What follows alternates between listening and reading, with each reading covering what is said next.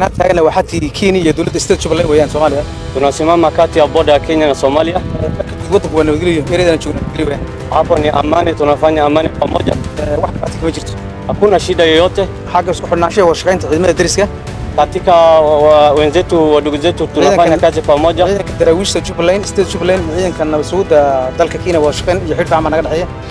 Yes, we work with Kenya's government. That's the chilling confession from Jubaland forces now camped inside Mandera. For months, the presence of Somali fighters on Kenyan soil has rattled residents.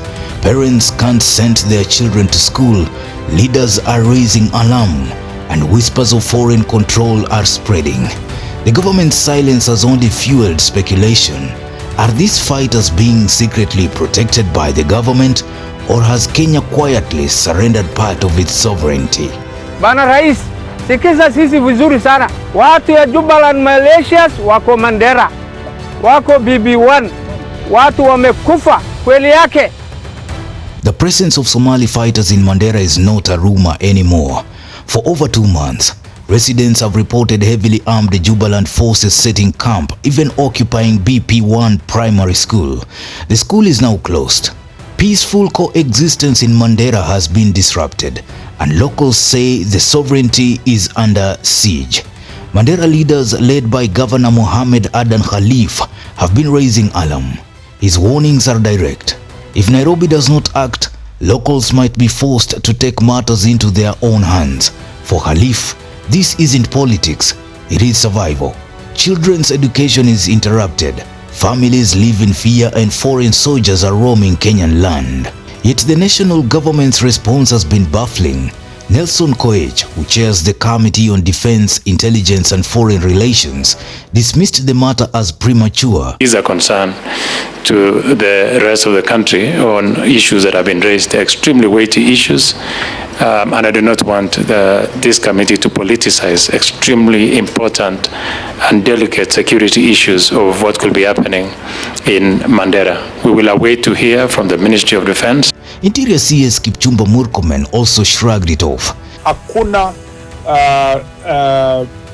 wasiwasi yoyote ambayo unaweza kusema kuna wanajeshi wa nchi zingine ama regions za nchi zingine ambao wamekuja Kenya kudhoofisha mambo ya usalama. Kenya is not under occupation. You know, I see some lawyers speaking very in a casual manner. When you say there are occupation of forces from other country in our country, it means they have come in to invade us and cause and take over. We are absolutely, there is no one in Kenya that is in Kenya where to occupy any part of the country. Enemy ambayo tunaendelea kupigana nayo ni Al-Shabaab. Hawa ndio a terror group ambayo imetusumbua kwa miaka mingi sana. Sisi hatupigani kama nchi na nchi ya Somalia, hatujupigani na region yoyote ya Somalia. Sisi tunapigana na adui moja ambaye ni Al-Shabaab. Their silence or reluctance has angered Kenyans, raising one big question. If not denial, then is this tacit approval? Because Jubaland forces themselves have broken the silence. In videos circulating on social media, their fighters openly admit, yes, we are in Kenya, and yes, we work with Kenya's government. They claim their mission is to help fight terrorism and protect Kenya's interests. But instead of reassurance, this has sparked outrage. If they are here by agreement, why is the government hiding it? And if not, then who exactly invited them? Nataka waxati Kenya iyo dawladda state Jubaland weeyaan Somalia tunasimama kati ya border ya Kenya na Somalia waddanku waa nabadgelyo meereedana joogna hapo ni amani tunafanya amani pamoja wax baati kama jirto hakuna shida yoyote xagga isku xidhnaanshaha waa shaqaynta ciidamada dariska katika wenzetu wadugu zetu tunafanya kazi pamoja darawiishta Jubaland state Jubaland ciidanka nabadsuuda dalka Kenya waa shaqayn iyo xidh fiican naga dhaxaya. Askari wa Jubaland military na kati ya Kenya wanafanya kazi pamoja. Wada shaqayn fiican baa naga dhaxaysa. Kazi ni tunafanya mzuri sana, hakuna shida yoyote. Information ida cadowna xiriirsi baa naga dhaxaya. Pia information tunakatikana, tuko na enemy moja. Dawladda soo fiican soo shaqayn isku xiran baan nahay. Tuko unity. Tunafanya kazi pamoja. Informationada xogaha cadowga markaan helana anagoo iskaashanayna ku wada duulo ma taqaanay aan operation ka fulina. Tukipata information ya adui yote tunaenda pamoja na tunapatia support. Ciidanka deriska nala si fiican nala shaqeeyaa. Jirani wetu wa Kenya wanafanya kazi na pamoja na sisi vizuri. Xogahana waan kala qaadanaa soo wadaagsanaa. Na tunachukua vizuri information ya adui. Ingibihan deegaanku waa nabadgelyo. Na hapo ni amani, hakuna shida yoyote. Wax dhibaato kama jirto. Hakuna shida yoyote. Xogaha cadowga iskaashan kale waan iskaashanaa markaan xogooda lama taan iskaashan oo patrol ku fulina. Tukipata information ya adui ni vile pia tunaenda kuchukua hatua hapo. Waxaan rajaynayaa haddana iska soo rajaynayaa. Na tarajia tutafanya vizuri kushinda vile sasa tuko. Aad baad mahadsantahay. Na tunashukuru. Asanteni. The situation has escalated into a political storm. Former Deputy President Rigathi Gachagua has demanded immediate deployment of the Kenya Defence Forces to flush out what he calls foreign troops. Sahi waziri wa usalama anasema ati lazima wafanye uchunguzi. Sasa uchunguzi gani na hiyo watu wamekuwa hapo mwezi mbili? Hata waziri wa usalama hana habari hii watu iko Kenya. Governor Khalif has threatened his own local action if Nairobi stays silent. Across Kenya, the bigger question is being asked.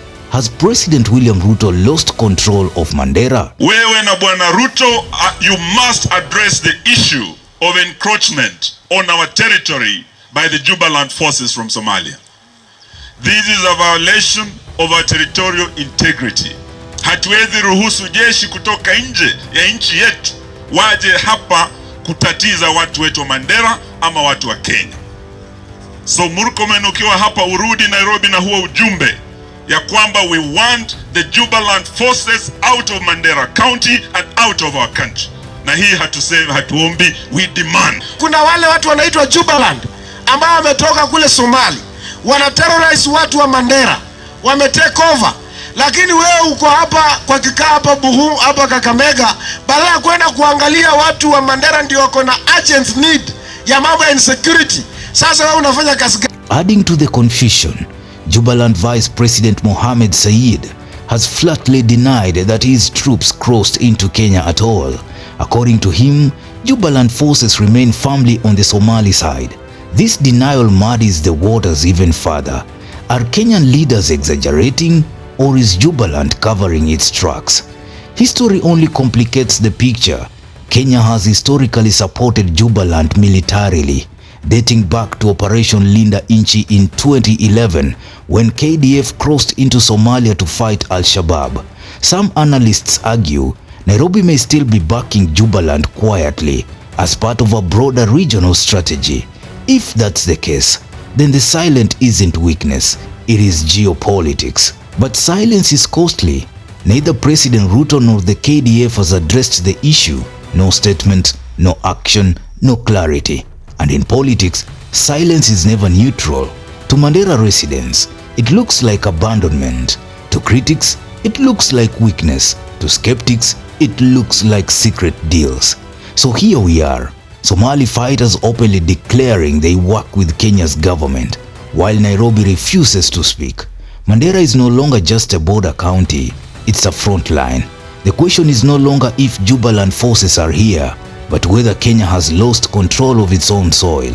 And every day of silence risks turning this into not just a border problem, but a full-blown national embarrassment. What do you think? Should the government come out clean?